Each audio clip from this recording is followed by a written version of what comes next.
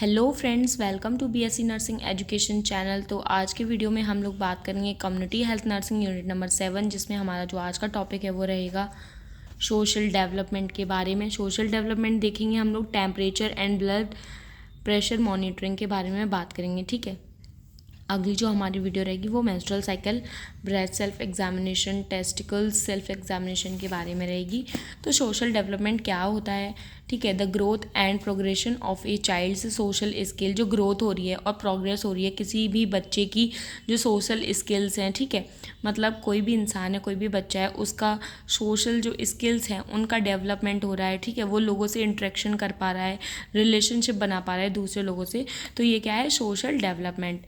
It is a vital aspect of their overall development. ठीक है, और ये एक बहुत ज़्यादा इंपॉर्टेंट आस्पेक्ट है ओवरऑल डेवलपमेंट के लिए, and play a significant role in the ability to navigate and thrive in the social world. और ये क्या है? एक इम्पॉर्टेंट रोल प्ले करता है किसमें? कि अपना रास्ता ढूंढने के लिए और ग्रोथ और डेवलपमेंट के लिए जो सोसाइटी का वर्ल्ड है, सोशल वर्ल्ड है, एक ये सामाजिक जो दुनिया है, उसमें क्या है? ग्रोथ और डेवलपमेंट के लिए सोशल डेवलपमेंट बहुत ही ज़रूरी है।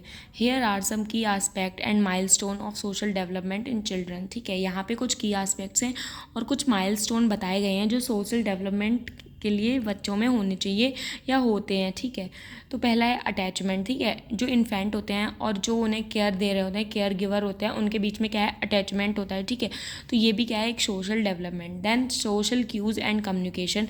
Social cues such as facial expression, body language and tone of voice. ठीक है, तो क्या है? बच्चा क्या है? सोशल क्यूज़ करता है और कम्युनिकेशन करता है। ठीक है, जब वो कम्युनिकेशन करता है तो भले ही वो बात नहीं कर सकता, बट सोशल क्यूज़ के थ्रू क्या है? वो अपना कम्युनिकेशन कर सकता है, लाइक फेशियल एक्सप्रेशन के थ्रू, बॉडी लैंग्वेज के थ्रू, जो टोन है उसके वॉइस का। ठीक है, then play and social interaction. ठीक है, प्ले करना, उसके थ्रू क्या है? सोशल इंटरेक्शन होना। ये सब क्या है? चिल्ड्रंस में सोशल डेवलपमेंट के लिए रहता है। Then peer relationship. ठीक है, फ्रेंड सर्कल में मतलब फ्रेंडशिप रखना। Empathy and emotional regulation. Empathy रखना और इमोशनल रेगुलेशन, ये सारी चीज़ें क्या है? इंपॉर्टेंट रहती हैं सोशल डेवलपमेंट के लिए। Then moral reasoning and values. ठीक है, अपनी वैल्यूज़ को रखना, मोरलिटी आपके पास होनी चाहिए, क्या आप सही है, क्या गलत कर रहे हो, ये सारी चीज़ें होनी चाहिए। Then conflict resolution, problem solving. कोई भी प्रॉब्लम आ रही है, आप उसको सॉल्व आउट कर पाओ। ठीक है, उसका सॉल्यूशन निकाल पाओ। Then cultural awareness and diversity. अलग अलग कल्चर के बारे में आपको नॉलेज होनी चाहिए, पता होना चाहिए। ठीक है, डाइवर्सिटी के बारे में आपको पता होना चाहिए। ठीक है, और उन चीज़ों को आपको फॉलो भी करनी चाहिए, जिसके जो नॉर्म्स हैं उनको क्या है? आपको एग्री करना चाहिए। तो ये होता है क्या? Social development. अब हम देखेंगे temperature and blood pressure monitoring. ठीक है, कि टेम्परेचर कैसे मॉनिटर करते हैं और ब्लड प्रेशर कैसे मॉनिटर करते हैं। टेम्परेचर क्या होता है? Temperature is one of the important vital sign of the body. Temperature जो है वो इम्पॉर्टेंट वाइटल साइन है हमारी बॉडी का। Body temperature is measured by thermometer. और बॉडी का जो टेम्परेचर है वो किसके थ्रू मेजर किया जाता है? थर्मोमीटर के। To assess the level of warmth and coldness of the body. क्या असिस करने के लिए? जो हमारी बॉडी का टेम्परेचर है, ठीक है, कम है, ज़्यादा है, ये सब चीज़ें मेज़र करने के लिए टेम्परेचर का हम लोग टेस्ट करते हैं। ठीक है, देन पर्पस क्या है इसके? To assess the temperature level of patient. जो पेशेंट है उसका टेम्परेचर लेवल असिस करने के लिए क्या है? हम लोग ये चेकअप करते हैं। ठीक है, to assess the patient current condition. Patient की करेंट कंडीशन को जानने के लिए कि उसको फीवर है, हाइपोथर्मिया है, हाइपरथर्मिया है या नहीं है। To assess the way to reduce the higher temperature of body. ठीक है, और हमें इस चीज़ से पता चल जाता है कि किस तरीके से हम लोग क्या है? टेम्परेचर को रिड्यूस कर सकते हैं। ज़्यादा है तो हम उसको कम करने की कोशिश करेंगे, कम है तो उसको नॉर्मलाइज करने की कोशिश करेंगे। दैन हम देखेंगे रूट ऑफ टेम्परेचर मेजरमेंट की क्या क्या रूट होते हैं जहाँ से हम टेम्परेचर को मेज़र कर सकते हैं। तो फर्स्ट है oral route, rectal route, axillary route, tympanic and temporal artery के थ्रू क्या है? हम लोग टेम्परेचर को मेजरमेंट कर सकते हैं। ये सारी क्या है? साइड्स हैं, रूट हैं। देन प्रिकॉशंस क्या क्या लेने चाहिए जब हम लोग क्या है? टेम्परेचर को मेज़र करेंगे। During measuring of temperature patient should be relaxed. Patient क्या है? रिलैक्स्ड होना चाहिए जब आप उसका टेम्परेचर मेज़र करो। Then should determine while taking oral temperature patient did not have any hot and cold drink at least before 20 minutes of procedure. और उसको ये सब पता होना चाहिए कि ये प्रोसीजर के पहले क्या है 20 मिनट पहले या 20 मिनट के अंदर अंदर क्या है उसको कोई भी कोल्ड ड्रिंक वगैरह नहीं लेनी है प्रोसीजर से पहले, ठीक है। वाइल टेकिंग ओरल टेम्परेचर लेने से पहले या उस दौरान पेशेंट को क्या है कोई भी हॉट और कोल्ड ड्रिंक वगैरह नहीं लेनी है, ठीक है, before 20 minute of procedure. Oral temperature should not check in paediatric patient, psychiatric patient और अनकॉन्शियस पेशेंट। ओरल टेम्परेचर जो है हम लोग पेडियाट्रिक पेशेंट में, साइकाट्रिक पेशेंट में और अनकॉन्शियस पेशेंट में नहीं लेते हैं, ठीक है। Then follow the proper step of procedure. फिर क्या है हम फॉलो करेंगे जो प्रॉपर स्टेप्स हैं प्रोसीजर के। प्रिपरेशन ऑफ आर्टिकल्स, ठीक है, हम लोग क्या है आर्टिकल्स जो भी हैं उनको प्रिपेयर कर लेंगे, like digital thermometer, spirit swab, watch, dry clean gauze, paper bag, pen, documentation, ठीक है। ये सारी चीज़ों क्या है हमें नीड होगी जब हम लोग टेम्परेचर का मेज़र करने जाएंगे। देन प्रिपरेशन ऑफ नर्स को क्या प्रिपरेशन करनी है, वॉश द हैंड प्रॉपरली, उसको अपने हैंड को क्या है प्रॉपरली वॉश करना है। Bring the articles at the side of the patient, और पेशेंट के साइड में क्या है सारे आर्टिकल्स लेके आने हैं। देन यहाँ पे क्या है 2 प्रोसीजर्स हैं, एक ओरल के लिए एक रेक्टल के लिए, ठीक है। तो ओरल के लिए देखेंगे clean the thermometer with the spirit swab from bulb to stem, let it dry, ठीक है। क्लीन करेंगे थर्मोमीटर को स्प्रिट स्वैब से बल्ब से लेके स्टेम तक, ठीक है। स्विच ऑन थर्मोमीटर, और उसको मतलब ड्राई होने देंगे, ठीक है। Switch on thermometer, check the reading of thermometer, ठीक है। हम लोग क्या है थर्मोमीटर को ऑन करेंगे, रीडिंग को चेक करेंगे। Keep the thermometer under the tongue at the side of frenulum, ठीक है। और जो थर्मामीटर है उसको टंग के नीचे जो फ्रेनुलम वाला एरिया होता है उधर पे क्या है उसको रखना है। When beep is heard out it from mouth of patient, note the reading and right it in diary, ठीक है। और क्या है फिर हम लोग क्या है जो बीप साउंड आती है थर्मामीटर से उसको सुनेंगे, ठीक है, माउथ से मतलब कानों से सुनेंगे, और मतलब कुछ टाइम बाद वो बीप साउंड सुनने को मिलेगी, ठीक है। और फिर क्या है वो जो भी रीडिंग आएगी उसको क्या है हम लोग नोट करेंगे डायरी में। Then rectal procedure, provide privacy to patient, patient को क्या है हम लोग प्राइवेसी प्रोवाइड करेंगे। Give lateral position to the patient, lateral position देंगे जिससे क्या है रेक्टल का जो टेम्परेचर मेजर है वो हो पाए, ठीक है। वियर द क्लीन ग्लव्स, हम लोग क्लीन ग्लव्स क्या है वियर कर लेंगे। Then take lubricate jelly and lubricate thermometer, हम लोग क्या है लुब्रिकेट जेली लेंगे और थर्मोमीटर को क्या है लुब्रिकेट करेंगे, ठीक है। It will make the insertion easy in rectum, इससे क्या है लुब्रिकेट जेली से क्या है जो इंसर्शन प्रोसीजर है वो क्या है ईजी हो जाता है, ठीक है, रेक्टम में। And also avoid any frictional injury, और कोई भी फ्रिक्शनल इंजरी जो है वो नहीं होती है during procedure.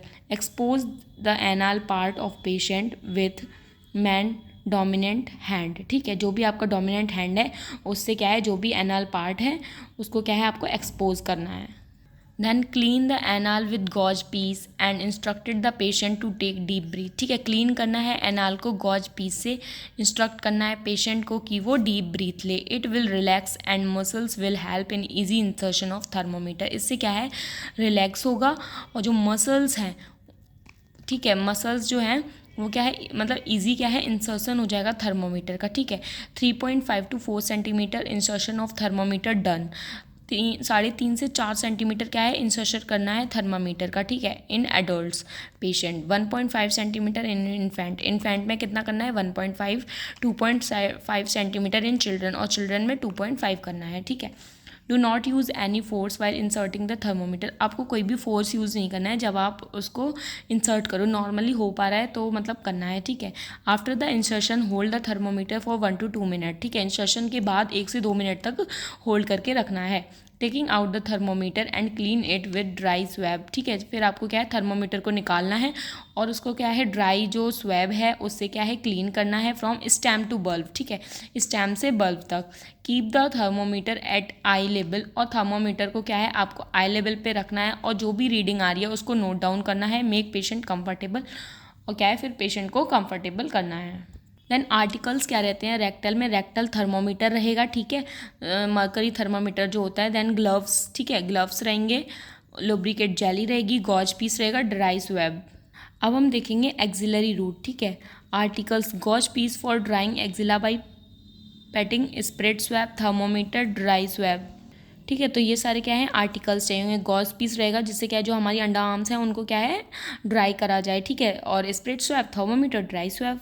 Then steps of procedure क्या रहेंगे, प्रिपरेशन ऑफ पेशेंट, पेशेंट को प्रिपेयर करना है, explain procedure to patient, patient को क्या है जो भी प्रोसीजर है वो एक्सप्लेन करना है, assess the condition of axilla, axilla की कंडीशन जो है असेस करनी है, dry patting of axilla will done first before the procedure, procedure से पहले क्या है जो भी एक्जिला है उसको क्या है ड्राई करना है, डू नॉट रब the axilla, it will cause friction and increase the temperature, ठीक है, रब नहीं करना है एक्जिला को, ये क्या है जो फ्रिक्शन, इससे क्या है फ्रिक्शन होता है और जिससे क्या है टेम्परेचर राइज हो जाता है, ठीक है।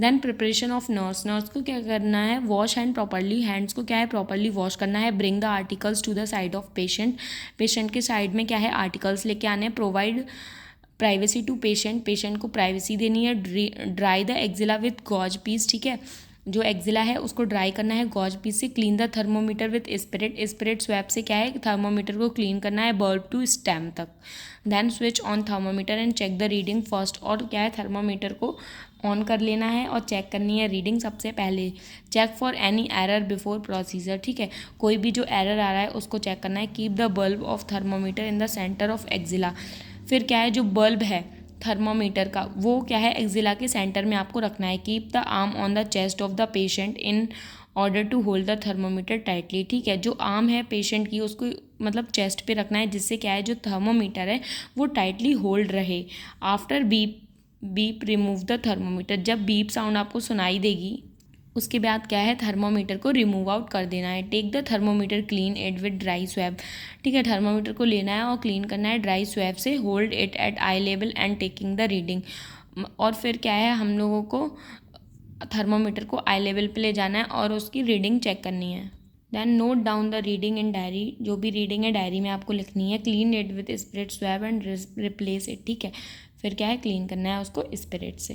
देन यहाँ पे देखते हैं हम लोग रेंज क्या रहती है टेम्परेचर की, ठीक है, तो हाइपोथर्मिया क्या है 36.0 डिग्री सेल्सियस से कम रहेगा तो हाइपोथर्मिया रहेगा, फ़ारेनहाइट में 95.0 डिग्री फ़ारेनहाइट, ठीक है, नॉर्मल हमारा कितना रहता है 36.5 से 37.5 तक नॉर्मल रहता है, ठीक है, this is in Fahrenheit. Then fever hypothermia level जो है वो 37.5 से जब बढ़ जाता है 38.3 तक रहता है तो उसको क्या बोलेंगे हम लोग हाइपरथर्मिया बोलेंगे, ठीक है, हाइपर पायरेक्सिया कब बोलेंगे जब वो 40 डिग्री सेल्सियस से ज़्यादा हो जाएगा तब हम 41.5 डिग्री सेल्सियस, ठीक है, यहाँ तक ज़्यादा रहेगा तो हाइपर पायरेक्सिया की कंडीशन देखने को मिलेगी, ठीक है, और ये सारे क्या हैं फ़ारेनहाइट में हैं।